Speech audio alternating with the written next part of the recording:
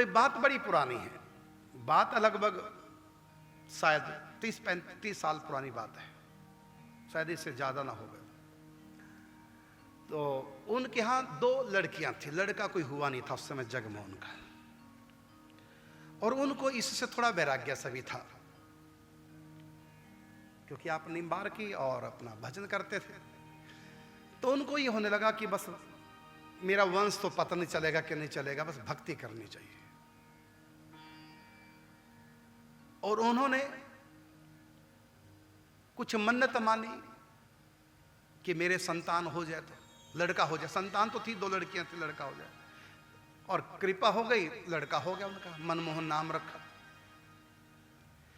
फिर उन्होंने मुझसे आके कहा कि लड़का हुआ उसके नाम से आपसे भागवत कथा करानी। देखो, शंकर जी को कथा करवानी थी, हमको प्रवक्ता बनाना था, क्योंकि शंकर जी ने कह दिया था तुमसे कुछ कराना है, और हम में तो कोई योग्यता नहीं थी। मैंने कभी भागवत लगाई नहीं, कभी याद नहीं की, एक श्लोक भी भागवत जी के याद नहीं किया। मेरा तो सबसे ज्यादा ध्यान नाम जप में रहता था, कीर्तन और नाम जप।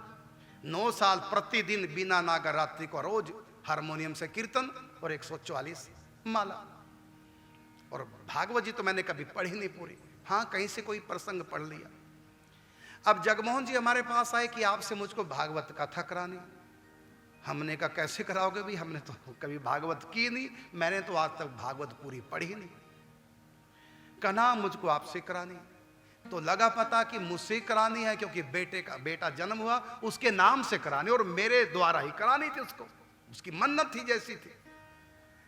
तो मैंने कहा कि भाई मैं तो करूंगा नहीं, क्योंकि ना मेरी समर्थ, ना मैं कुछ जानता हूं, मैं इस मामले में बिल्कुल बुद्धू हूं। मैं तो बस नाम जाप करता हूं और बैठा हूं आपके सामने, क्योंकि उनके खेतों में ही मेरी कुटिया थी। वो प्रतिदिन में अपने खेत में आते थे तो मेरे पास ही आके बैठते थे। उनके खेत में कोई कमरा नहीं था और ना ही कोई ऐसा पेड़ था जिसके नीचे बैठे। तो जब भी अपने खेत में जगमोहन जी आते तो मेरे पास ही आ जाते थे कुटिया में, वहीं बैठ जाते। उनके दादाजी भी, उनके पिताजी भी जब आते मेरे पास बैठते थे, तो सत्संग की चर्चा होती। मेरे प्रति उनकी बड़ी लगन लग गई थी।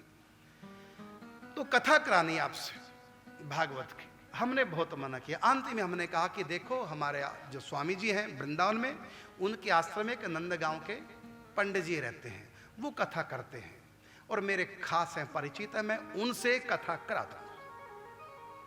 तो जगमोहन जी बोले ना किसी से नहीं करानी, आपसे करानी। अब इसके पीछे किसका हाथ था? भगवान शिव का।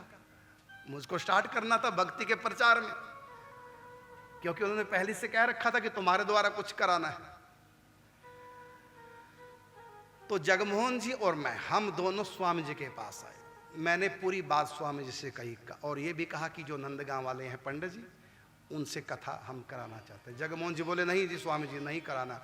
मेरे बारे बोले, हम तो बाबा कहते हैं मुझको, हम तो बाबा से कथा कराएंगे। हमने कहा स्वामी जी जिद कर रहे हैं कथा मुझसे कराने की, मैंने कभी कथा पढ़ी तक नहीं, कहूंगा कैसे, मेरे को कोई नॉलेज नहीं भागवत जी का। तो स्वामी जी ने कहा कि बेटा भागवत जी खरीद लो बाजार से, एक बार पढ़ लो, और मेरा भी विश्वास है तुम कर दोगे। फंसा दिया स्वामी जी ने भी मुझको। फिर मैं और जगमोहन जी बाजार गए, लोही बाजार, वहां से भागवत जी खरीदी।